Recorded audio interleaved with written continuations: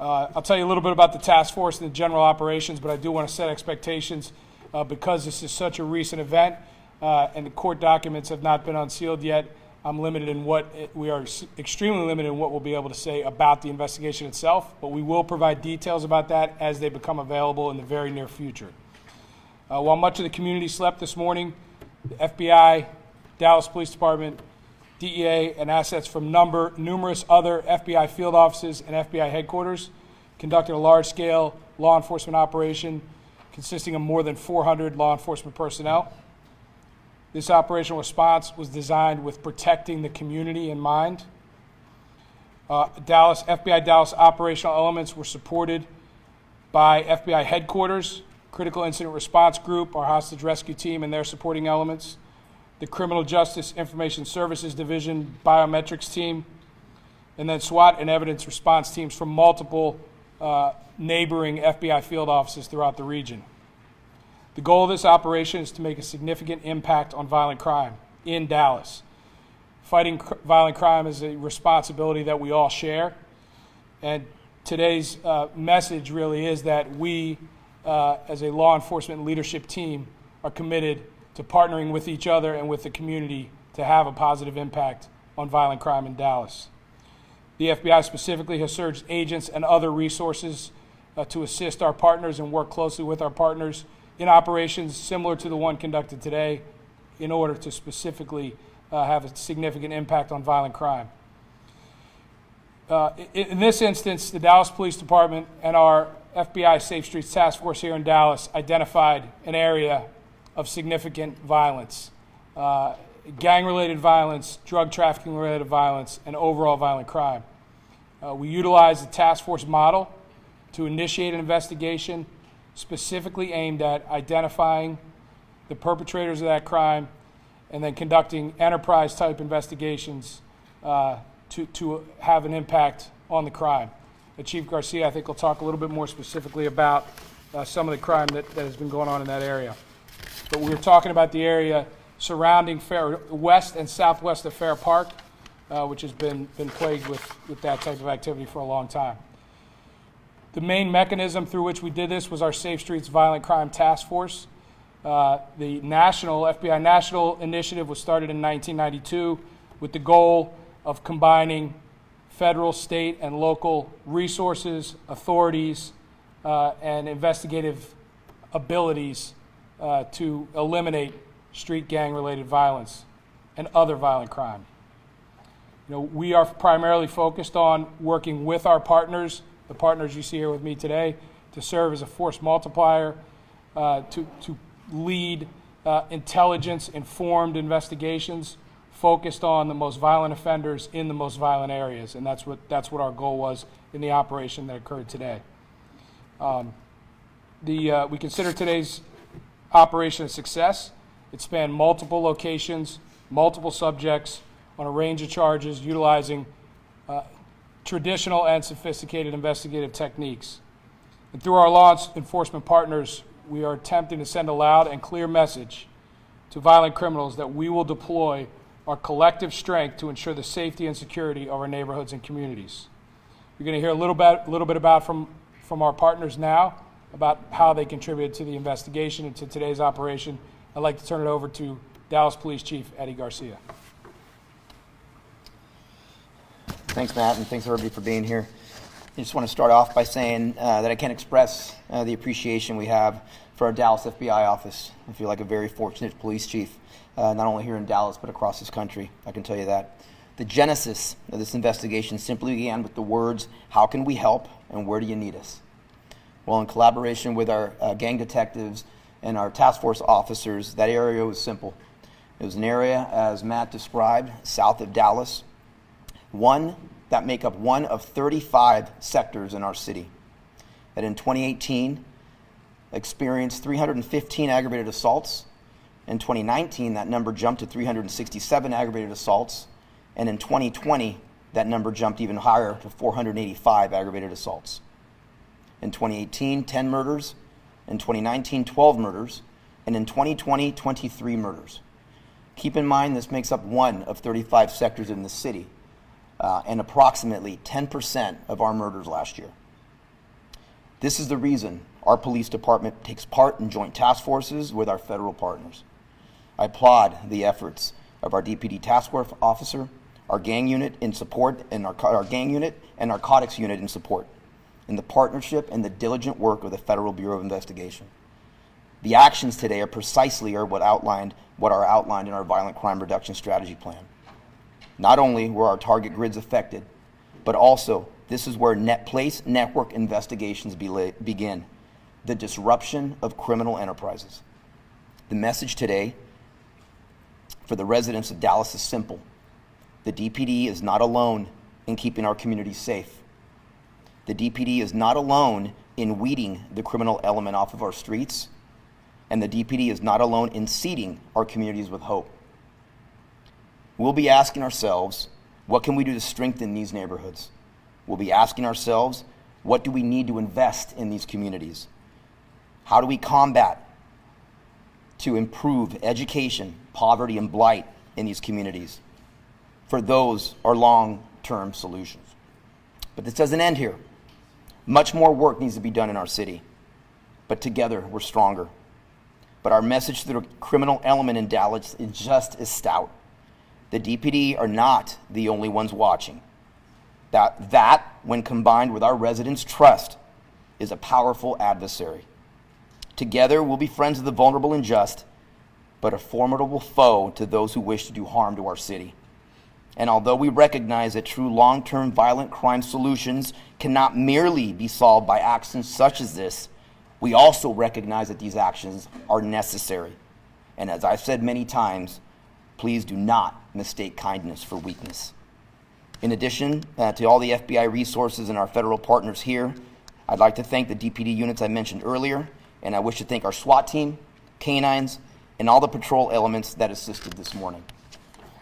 Y si quieren hablar en español después de esto, cuando se termina todo el mundo podemos hablar. Gracias.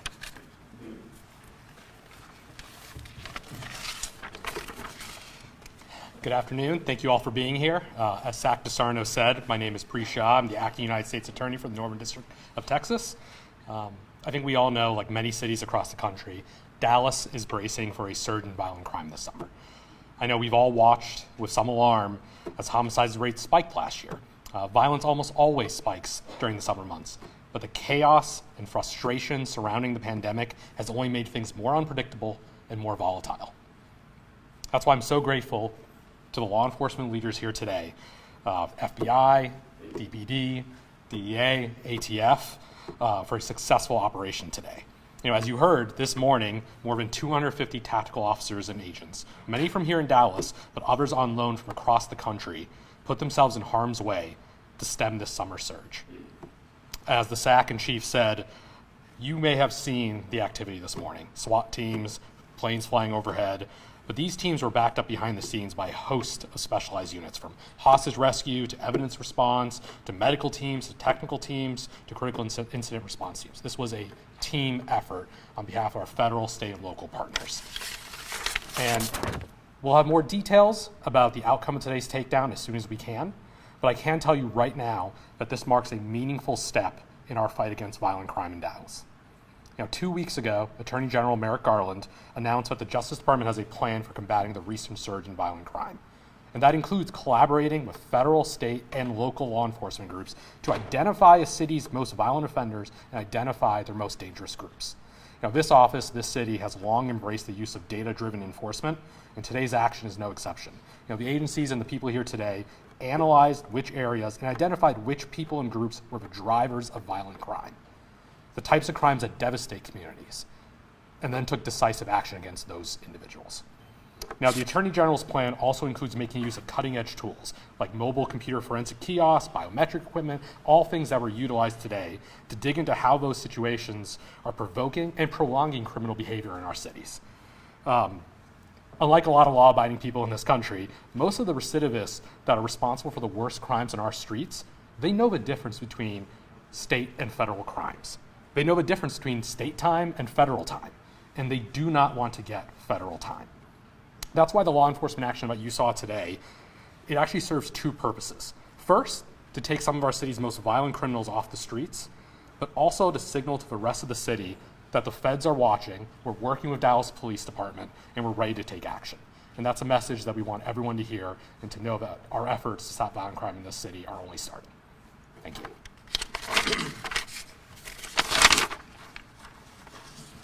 Good afternoon. My name is Eduardo Chavez. I'm the special agent in charge of the DEA Dallas Field Division.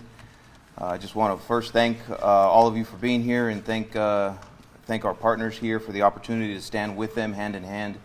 It is something that is always near and dear to the DEA when it comes to drug trafficking and how it affects families. Whether it's a gram or a kilogram, families are affected by drug trafficking here in this city. Whether they are affected because a family member is an addict and are struggling with that addiction, or where their families are affected just through the violence and the nature of the greed that feeds drug trafficking organizations. So the DEA stands here to be able to act as that force multiplier, to stand hand in hand with our partners, to be able to take these grams and kilograms and continue further up that food chain to identify the international criminal organizations that are responsible for this. And we appreciate you being here to recognize that. We feel that families will sleep safer tonight because of the actions that were taken today. Thank you. Good afternoon. My name is Jeff Boshek. I'm the special agent in charge of ATF here in Dallas. I'll be brief. It's hard to follow this crew. They talk very well of what this operation was about. ATF's a smaller agency, but we've got a pretty distinct line of work that we do. It's violent crime, most of which is with firearms. The area we were at this morning, or the Bureau was at this morning, DPD, when we look at crime good intelligence around the whole Metroplex, the DFW Metroplex, this was the most dangerous area in the DFW Metroplex. As we look at our ballistics, our NIBIN ballistic technology, and where we're tracing firearms to and where we're recovering shell casings and matching shootings, this was the hottest spot in the DFW Metroplex. That means that means a lot, right? When you look at, everybody sees every day on the news that arrests are made, but this is going to have a long-term effect on violent crime in Dallas. So I'm proud to be up here. I think North Texas has always had a great relationship when it comes to law enforcement, but I think it's a new day. I think Chief Garcia, this team that's up here right now, I think that we're working better together now than we ever have. The feds, the states, the local agencies here in North Texas, North Texans should be proud of the agencies that are representing them on the streets today. So I look forward to continuing this progress as we move forward as a team together. And I can tell you, if I was a bad guy and I'm watching this right now, I wouldn't want this team after you because we're not leaving.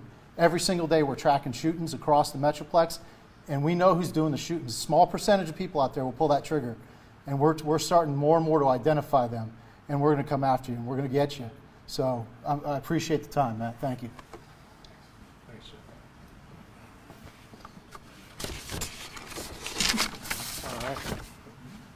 Thank you all, gentlemen. So today you heard a little bit about the resources and the approach and the operation that occurred this morning. And we have heard the concerns of the residents of Dallas, and we brought every possible resource to bear in an effort to dismantle this criminal organization, and we will continue to do that. As has been mentioned, you know, we've all been reading about, hearing about, and concerned about the seasonal rise in violent crime. There's a prediction that violent crime will rise this summer, and we as a group want to try to prove that prediction wrong this summer, starting now. That should be a very clear message to the residents of Dallas that your law enforcement agencies are committed to disproving that prediction. We're committed to working together on your behalf, and we share the responsibility with you to reduce violent crime in the city of Dallas. We can take a few questions. Again, we are extremely limited as to what we can say about the investigation, but we're happy to take questions. You indicated a criminal organization. Do you believe that this is one criminal organization that you targeted, and how many arrests are you talking? So all that information will become available as soon as court documents are unsealed. That's very shortly. Dave, let me ask, as far as, I mean, you've been here for a while, a bunch of you have, and I'm just wondering, for years we've been told that the cooperation between the federal government, state agencies, and local agencies is top-notch. So I'm wondering what is different about this particular operation than other operations in the past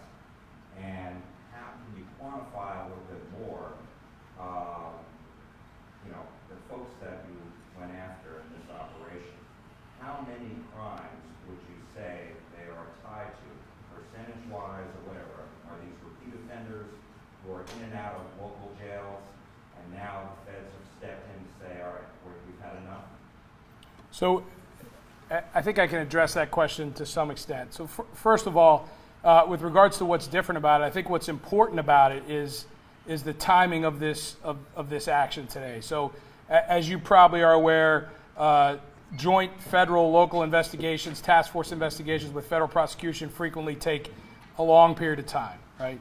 It was very important to us to begin the summer in coordination with the crime reduction plan that Chief Garcia has announced, to begin the summer with an enforcement action that we had judicial authority to take in order to do that up front early in the summer in an area where as Jeff Boschek mentioned, was an extremely crime-ridden area that's been proven out by the data.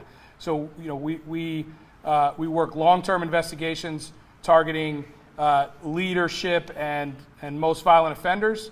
And in this instance, we saw an opportunity, and we had collected the evidence to take this action at this time at the beginning of the summer.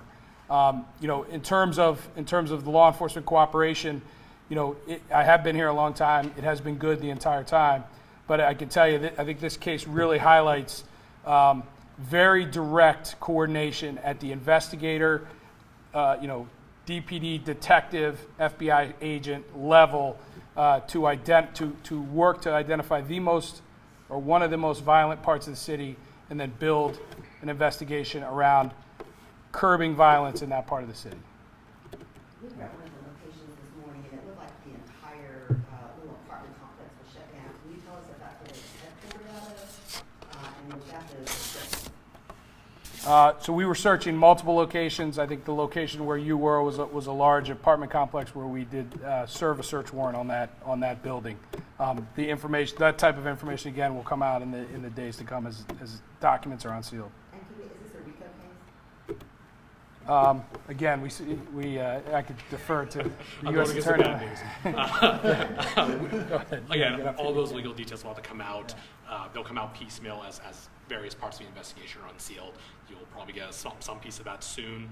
More will come out over the, honestly, couple weeks, months, as kind of the case develops. Is there any way to quantify, this span drug arrests, murders, just a little bit something to be able to inform the public? I understand specific details can't be given, but... What I would say is that all of these are what we classify as violent crimes, which would run the gamut.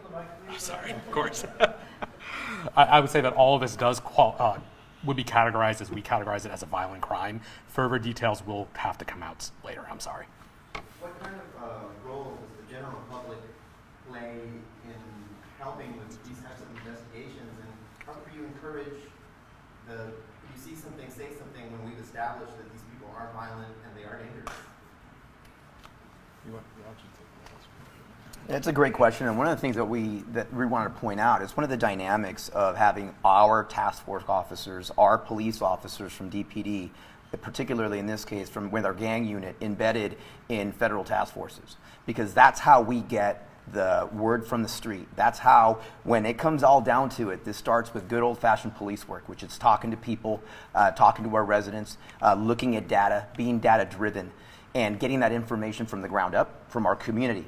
Right? And so that's why a local jurisdiction like the DPD then takes that information and then uses our task forces build off each other to be force multipliers in the community. And so that's why I think it's important for our federal agencies to be partnering with local agencies to get that type of intelligence from the street, from our neighbors, from our community. And the fear of retaliation, how would you address that to these people in the neighborhoods? Well, we don't put people out and their information out on the street of what they're giving us. If we did that, we wouldn't be where we're at. And so no, we want people to come forward. We want to make sure that people understand that their safety is paramount. We couldn't do our jobs without ensuring that. Cuando terminemos con todo, pues yo hablo contigo. Déjame terminar con todo, entonces puedes hablar al lado aquí. Gracias. I know this wasn't your typical investigation.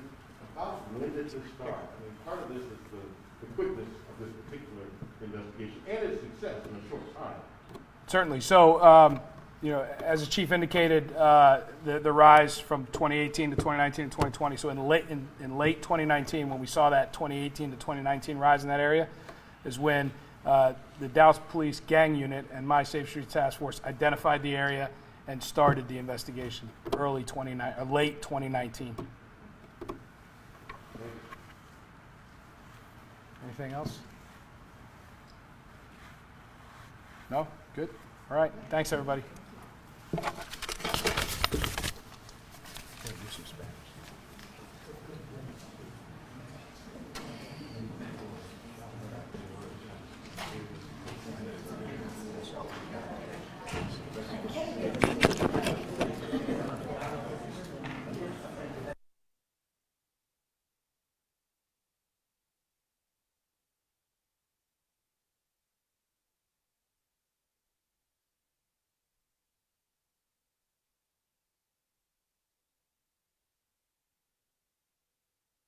Sure.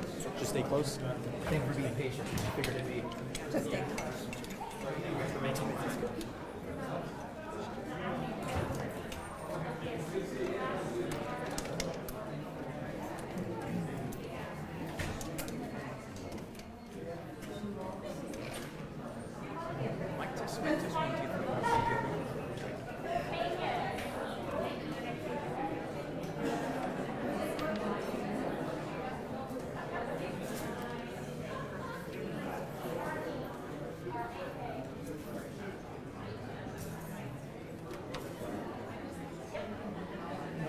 Apellido y cargo, por favor. Soy jefe de policía, me llamo Edgardo García.